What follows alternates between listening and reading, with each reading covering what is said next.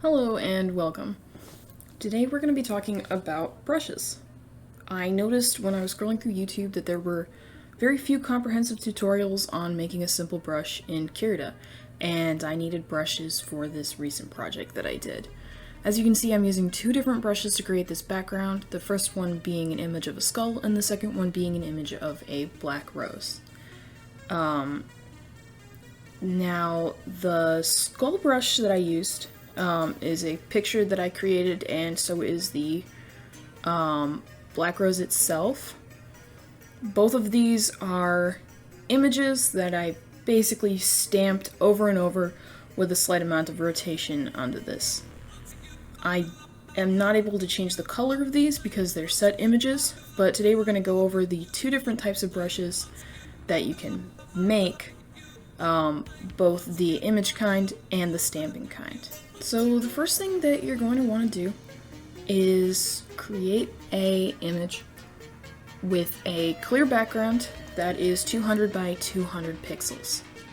I believe that Krita can handle an image of a different size, but the ultimate result is going to be 200 by 200, so that's going to be the easiest thing to work with. Once you have created your canvas, then you're just going to draw out your image. So the first one we're making is a singular image, and the basic difference between a image stamp and a brush is color.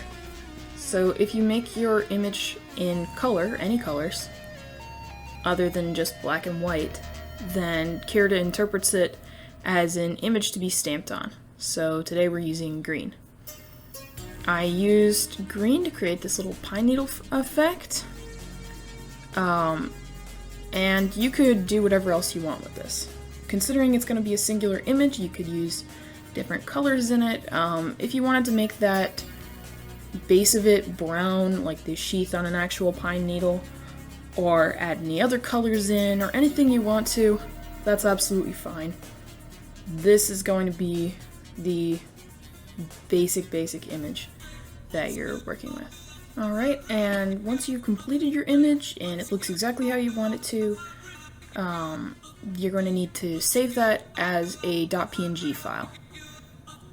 If you save it as a JPEG or a, any other file extension, it's not going to work. The first thing we're going to do is go into the document that we're actually going to want to start drawing in. And then we're going to go up at top and select the brush that we want to use. So the brush that I'm using here is a stencil brush because that makes the most sense. Now we're going to go into brush tips and hit import, and actually import the image that we just created. Once again, it's got to be in a .png format or you're not going to be able to even find it. Now that you have the image, you're going to hit open, and now it should be accessible to you as a brush tip. Excellent. Now you have officially created your first brush. You can test it out over here in this little side window and actually see how it's going to look when you put it on the page. This is an important check because it allows you to change other things about your brush before you have to save it and go back in. It's a whole headache. One of the settings we're messing with here is spacing.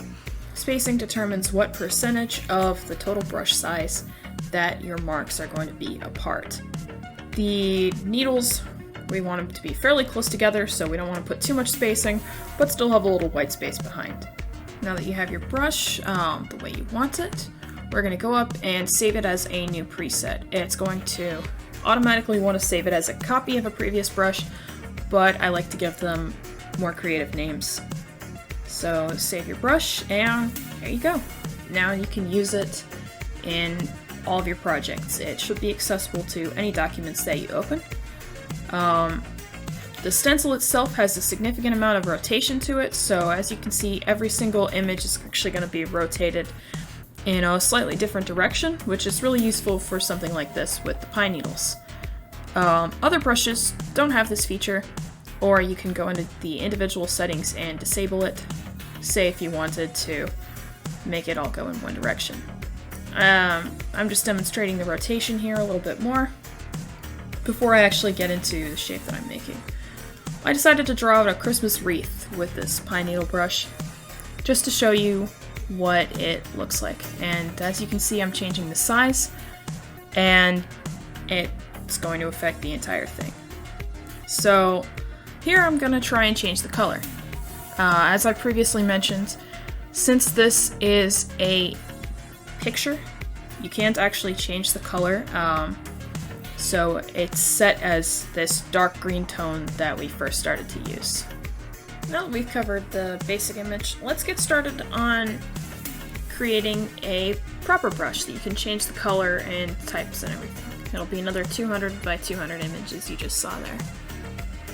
So the first thing that we're going to do is go in, pick up whatever brush we're going to use to create the shape, and start drawing once again.